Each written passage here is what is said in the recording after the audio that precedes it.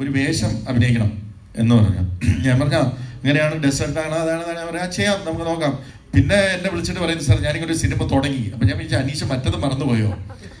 അഭിനയിക്കാൻ എൻ്റെ അടുത്ത് പറഞ്ഞു, ഞാൻ പ്രിപ്പയർഡ് നിൽക്കായിരുന്നു ദുബായി പോകാനായിട്ട്. അങ്ങനെ എന്നെ അവിടെ കൊണ്ട് അഭിനയിപ്പിച്ചിരുന്നെങ്കിൽ അനീഷിൻ്റെ കാലും കൈയും തല്ലി ഒടിച്ച്, അല്ലെങ്കിൽ ഞാൻ തന്നെ ഏതെങ്കിലും ബിൽഡിങ്ങിൻ്റെ മേളിൽ നിന്ന് വീണ് കാലൊടിഞ്ഞ് ആക്ട് ചെയ്തിട്ട് ഞാനിങ്ങനെ വന്നേനെ, പടം നടക്കത്തില്ലായിരുന്നു. അപ്പം വളരെ ഡേഞ്ചറസ് ആയിട്ടുള്ള ഒരു അനുഭവം എനിക്കും ഉണ്ടായിട്ടുണ്ട്. അതിനെക്കുറിച്ച് പറയാനാണെങ്കിൽ, രാസ്ത എന്ന് പറയുന്ന ഈ സിനിമയുടെ പ്രത്യേകത 2024 മലയാള സിനിമയ്ക്ക് തുടക്കം കുറിക്കുന്ന സിനിമയാണ്. ആദ്യമായിട്ട് റിലീസ് ചെയ്യുന്ന സിനിമ എന്ന ഒരു പ്രത്യേകതയും കൊണ്ട് നാളെ ഇറങ്ങുന്ന പടത്തിൽ ഒരു 10-30 പേരെ ഇൻട്രൊഡ്യൂസ് ചെയ്തിട്ടുണ്ട്. ഇതെന്റെ ജോലിയായിട്ട് മാറിയിട്ടുണ്ട്.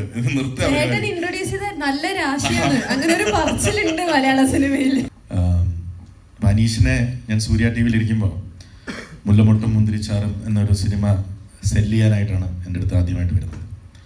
അപ്പം ഞാൻ നോക്കുമ്പോൾ ആദ്യമായിട്ടാണ് ഒരു ഡയറക്ടർ ഒരു മൂവി സെല്ല് ചെയ്യാൻ വരുന്നത്. സാറിന് പ്രൊഡ്യൂസറാണ്. അപ്പം അനീഷിനോട് പറഞ്ഞു, സാർ ഞാനാണ് ഇതിൻ്റെ മാർക്കറ്റിങ്ങും, ഞാൻ തന്നെയാണ് ഇത് വിൽക്കുന്നതും, ഞാൻ തന്നെയാണ് ഡയറക്റ്റ് ചെയ്തതും. അപ്പം എനിക്ക് അനീഷിനോടൊരു പ്രത്യേക അനുഭവം. ഞാൻ പറഞ്ഞ എന്തെങ്കിലും കാര്യം ചെയ്യും. പക്ഷേ ഞാനന്ന് സൂര്യ ടി വി വിടാൻ ഇരിക്കുന്ന സമയത്ത്, അത് കഴിഞ്ഞുടനെ ഒരിക്കൽ ഞാൻ വിട്ടു എന്ന് പറഞ്ഞപ്പോൾ അനീഷ് കാണാൻ വരികയും സക്രിയുടെ ഗർഭിണികൾ എന്ന് പറയുന്ന സിനിമ എന്നോട് പിച്ച് ചെയ്യുകയും, അതുകൂടാണ്ട് ഈ സിനിമയിൽ അഗൈൻ അനീഷിനെ ലോഞ്ച് ചെയ്ത പോലെയാണ് എനിക്ക് സക്രിയുടെ ഗർഭിണികൾ. പിന്നെ സർജാനോ ഇതേപോലെ 5 വർഷം മുമ്പ് ജൂൺ എന്ന സിനിമയുടെ ഓഡിഷന് എൻ്റെ മുമ്പിൽ വരികയും ഞാൻ അനീഷിനെ സർജാനെ കൊണ്ട് ഡാൻസ് ചെയ്യിപ്പിച്ചു, അഭിനയിപ്പിച്ചു. അങ്ങനെ അതിലെ നായകനായിട്ട് സെലക്ട് ചെയ്തു. അപ്പം സർജാനോയും ഞാൻ ലോഞ്ച് ചെയ്തതാണ്. പിന്നെ വിഷ്ണു മോഹൻ സിത്താര, വിഷ്ണു ഇതേപോലെ സക്രിയുടെ ഗർഭിണികൾ എന്ന് പറയുന്ന സിനിമയിൽ വെയിൽ ചില്ലയും എന്ന് പറഞ്ഞ ഹിറ്റ് ഗാനം ഞാൻ ഞങ്ങളുടെ സിനിമയുടെ കൂടെ ലോഞ്ച് ചെയ്തതാണ്. പിന്നെ വിഷ്ണു എൻ്റെ ഭാഗ്യ സിനിമോട്ടോഗ്രാഫർ എന്ന് പറയാം. എൻ്റെ ഫസ്റ്റ് ഞാൻ പ്രൊഡ്യൂസറായ സിനിമയുടെ സിനിമാറ്റോഗ്രാഫർ. ആട് 1, ആട് 2. അങ്ങനെ ഇതൊരു അനഘയുടെ അച്ഛനുമായിട്ടാണ് എനിക്ക് കൂടുതൽ ഫ്രണ്ട്. പിന്നെ ആരാധ്യ, ആശ, പിന്നെ പറഞ്ഞു വരുമ്പോൾ എല്ലാം ഇങ്ങനെ പറഞ്ഞു പോകണം. ഇർഷാദ് ഭായ്, സുധീഷ് ഭായ്, എല്ലാവരും. അപ്പോൾ ഇങ്ങനെ പോസ്റ്ററിൽ നോക്കുമ്പം എല്ലാം പരിചയമുള്ളവരും സ്നേഹമുള്ളവരും സന്തോഷമുള്ളവരും കൂടുതലും ഞാൻ ലോഞ്ച് ചെയ്തവരും. അപ്പം അങ്ങനെ ഒരു ഫംഗ്ഷനിൽ ഇവിടെ നിൽക്കുമ്പോൾ, അത് കൂടാതെ അനീഷ് ഈ സിനിമയിൽ അഭിനയിക്കുകയും കൂടെ ചെയ്യുന്നു. അപ്പം ഈ സിനിമ കഴിഞ്ഞ 2022 നവംബറിലോ ഒക്ടോബറിലോ എന്തോ എന്നെ വിളിച്ചിട്ട് പറഞ്ഞു, അനീഷ്, വിജയ് സാർ ഞാനൊരു ചെറിയ സാധനം ചെയ്യണം, വ്യത്യസ്തമായ ഒരു സാധനം. ഞാൻ പറഞ്ഞു, അനീഷ് ചെയ്യുമ്പോൾ വ്യത്യസ്തമായിട്ടുള്ള സാധനങ്ങളല്ലേ ചെയ്യൂ, സക്രിയുടെ ഗർഭിണികൾ അങ്ങനെയൊക്കെയുള്ള പരിപാടികൾ അല്ല, അതിൽ ഒരു വേഷം അഭിനയിക്കണം എന്ന് പറഞ്ഞു. ഞാൻ പറഞ്ഞാൽ ഇങ്ങനെയാണ്, ഡെസേർട്ടാണ്, അതാണ് പറയാം, ചെയ്യാം, നമുക്ക് നോക്കാം, വിസയൊക്കെ ഉണ്ടോ എന്ന് ചോദിച്ചാൽ പറഞ്ഞു, എനിക്ക് ഗോൾഡൻ വിസ ഉണ്ട്, അപ്പോൾ എപ്പോഴെങ്കിലും വിളിച്ചാൽ മതി, വരാം. പിന്നെ എന്നെ വിളിച്ചിട്ട് പറയുന്നത്, സാർ ഞാനിങ്ങനെ ഒരു സിനിമ തുടങ്ങി. അപ്പം ഞാൻ വിളിച്ചു, അനീഷ് മറ്റത് മറന്നുപോയോ? അഭിനയിക്കാൻ എൻ്റെ അടുത്ത് പറഞ്ഞു, ഞാൻ പ്രിപ്പയർഡ് നിൽക്കായിരുന്നു ദുബായി പോകാനായിട്ട്. അങ്ങനെ പിന്നെയാണ് എനിക്ക് മനസ്സിലായത്, ഇത് കഴിഞ്ഞിട്ട് എന്നെ കൊണ്ടുവന്ന് എൻ്റെ മേക്കിംഗ് വീഡിയോസും കാര്യങ്ങളും ഒക്കെ കാണിച്ചു. അപ്പം എനിക്ക് മനസ്സിലായ കാര്യം എന്താണ് എന്നെ വിളിക്കാൻ. കാരണം അനീഷിനെ ഇൻട്രൊഡ്യൂസ് ചെയ്ത ആളാണല്ലോ. അപ്പം അനീഷ് എപ്പോഴും പറയും, എനിക്ക് ഏറ്റവും കടപ്പാടും സ്നേഹവും ഒക്കെ സാറിനോടാണ്, അതെന്നും നിലനിൽക്കണം എന്ന ആഗ്രഹമുണ്ട്.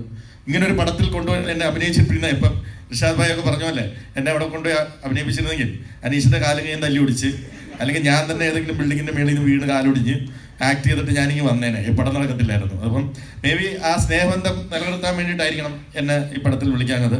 ബിക്കോസ് അത്രമാത്രം ഈ സിനിമയിൽ അഭിനയിച്ചിരിക്കുന്നവരും അതിൻ്റെ ടെക്നീഷ്യന്മാരും അനുഭവിച്ചു എന്ന് ഞാൻ അതിൻ്റെ വീഡിയോയിലൂടെ കണ്ടതാണ്. വളരെ ബുദ്ധിമുട്ടി ചെയ്തിരിക്കുന്ന വ്യത്യസ്തമായ ഒരു സിനിമയാണ്. അനീഷ് എന്നും വ്യത്യസ്തമായ സിനിമകൾ ഇഷ്ടപ്പെടുന്ന ഒരു, അനീഷ് കൊണ്ടുവരുന്ന കോൺസെപ്റ്റുകളെല്ലാം എന്തെങ്കിലും ഒരു ഹുക്ക് പോയിന്റ് അതിനകത്ത് ഉണ്ടാവും. അങ്ങനെ അനീഷ് എല്ലാ 3-4 ആഴ്ച കൂടുമ്പോഴും ഒരു തോട്ട്, സാർ ഇങ്ങനെ ഒരു തോട്ട് കിട്ടി, ഇതെങ്ങനെയുണ്ട്, വളരെ നല്ല തോട്ടാണ്. അപ്പോൾ അതിൽ ഇത് കാണുമ്പോൾ ലൈക്ക് സുധീഷ് ഭായ് ഇവിടെ പറഞ്ഞ പോലെ ഇതൊരു കൊച്ചു സിനിമയല്ല, ഇതൊരു പാൻ ഇന്ത്യൻ തോട്ടാണ്. ബിക്കോസ് ഞാൻ പേഴ്സണലി ദുബായ് ഡെസേർട്ട്സ് കണ്ടിട്ടില്ലാത്ത മലയാളികൾ കുറവായിരിക്കും. ഞാൻ ഇതുപോലെ ഒരു ഡെസേർട്ടിൽ സ്റ്റക്കായിപ്പോയിട്ടുണ്ട് whole night. Very bad experience ആയിരുന്നു. ഒരു ഇൻ്റർവ്യൂവിന് പോയിട്ട് അവിടെ സ്റ്റക്കായി. ഞങ്ങളൊരു ചെറിയ ക്രൂ, പാമ്പൊക്കെ ഇറങ്ങുന്ന സ്ഥലമാണ്. അപ്പോൾ അവിടെ വളരെ ഡേഞ്ചറസ് ആയിട്ടുള്ള ഒരു അനുഭവം എനിക്കും ഉണ്ടായിട്ടുണ്ട്. അതിനെക്കുറിച്ച് പറയാനാണെങ്കിൽ ഒരുപാടുണ്ട്, അതുകൊണ്ട് ഇപ്പം നീട്ടുന്നില്ല. എനിക്ക് സക്രിയുടെ ഗർഭിണികളും മങ്കിപ്പനും 1 വർഷമാണ് ഇറങ്ങിയത്. എനിക്ക് തോന്നുന്നു ഷിബു 9 സ്റ്റേറ്റ് അവാർഡാണ് അല്ലേ നമുക്ക് കിട്ടിയത്. അപ്പോൾ അതിൽ 4-5 സ്റ്റേറ്റ് അവാർഡ് കിട്ടുകയും ഒരുപാട് അപ്രീസിയേഷൻ കിട്ടുകയും ബോക്സ് ഓഫീസിൽ വിജയിക്കുകയും ചെയ്ത സിനിമയാണ് സക്രിയുടെ ഗർഭിണികൾ. അപ്പം അത് അങ്ങനെ ഒരു ഇതാവട്ടെ. ഏറ്റവും നല്ല കഥയ്ക്ക് അനീഷിന് സ്റ്റേറ്റ് അവാർഡ് കിട്ടിയ സിനിമയാണ്. സനൂഷയ്ക്ക് ബെസ്റ്റ് സപ്പോർട്ടിംഗ് ആക്ട്രസ്, ലാലേട്ടന് ബെസ്റ്റ് ആക്ടർ. അപ്പം അങ്ങനെയൊക്കെയുള്ള ഒരുപാട് അവാർഡുകളും ബോക്സ് ഓഫീസ് വിജയവും ആവട്ടെ ഈ സിനിമ. അതുകൂടാണ്ട് രാസ്ത എന്ന് പറയുന്ന ഈ സിനിമയുടെ പ്രത്യേകത 2024 മലയാള സിനിമയ്ക്ക് തുടക്കം കുറിക്കുന്ന സിനിമയാണ്. ആദ്യമായിട്ട് റിലീസ് ചെയ്യുന്ന സിനിമ എന്ന ഒരു പ്രത്യേകതയും കൊണ്ട്. അപ്പോൾ അതുകൊണ്ട് രാസ്തയ്ക്കും മലയാള സിനിമയോട് ഒരു രാസ്ത കാണിച്ചു കൊടുക്കാനുണ്ട്. നല്ല നല്ല സിനിമകൾ, കണ്ടന്റ് സിനിമകൾ. മലയാള സിനിമ എന്നും അറിയപ്പെട്ടിരുന്നത് കൊച്ചു നല്ല കണ്ടന്റ് കഥകളുള്ള സിനിമകൾക്കാണ്. ഇപ്പോൾ ഒരുപാട് ബിഗ് ബഡ്ജറ്റ് സിനിമകൾ ഉണ്ടാകുന്നുണ്ടെങ്കിലും അങ്ങനെ ഒരു കാലം തിരിച്ചു വരാനുള്ള ഈ രാസ്ത തുറന്നു കൊടുക്കട്ടെ. 2024 നല്ല നല്ല സിനിമകൾ ഉണ്ടാവട്ടെ. രാസ്ത വൻ വിജയമാവട്ടെ. അതോടൊപ്പം തന്നെ അതിൻ്റെ അടുത്ത ആഴ്ച ഞാനും ഒരു കൊച്ചു സിനിമയായിട്ട് വരുന്നുണ്ട്, കൽബ്. അപ്പം അതിൻ്റെ ലോഞ്ചാണ്. ഇതുപോലൊരു ഫംഗ്ഷൻ നാളെ വേറെ ഉണ്ട്. എല്ലാവരും വരട്ടാ. വിളിച്ചിട്ടില്ല എല്ലാവരും? കൊള്ളാം.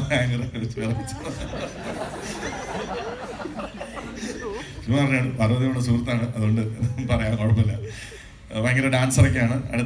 ഇനിയൊരു പാർവതിയുടെ അഭിനയിക്കുന്ന സിനിമയിലും ഞാൻ ഗസ്റ്റായിട്ട് വരട്ടെ. സിനിമയിലാണ് എൻ്റെ ഒരു പ്രതീക്ഷ. നാളെ ഇറങ്ങുന്ന പടത്തിൽ ഒരു 10-30 പേരെ ഇൻട്രൊഡ്യൂസ് ചെയ്തിട്ടുണ്ട്. ഇതെന്റെ ജോലിയായിട്ട് മാറിയിട്ടുണ്ട്. ഇത് ഇൻട്രൊഡ്യൂസ് ചെയ്ത നല്ല രാശിയാണ്. അങ്ങനെ ഒരു പറച്ചിലുണ്ട് മലയാള സിനിമയിൽ. അങ്ങനെ ആവട്ടെ, സന്തോഷം. എന്തായാലും എന്നെ വിളിച്ചതിൽ വളരെ സന്തോഷം. രാസ്തയ്ക്ക് വീണ്ടും ഒരുപാട് നന്മകളും ഹിറ്റിനായി പ്രാർത്ഥിക്കുന്നു. Thank you.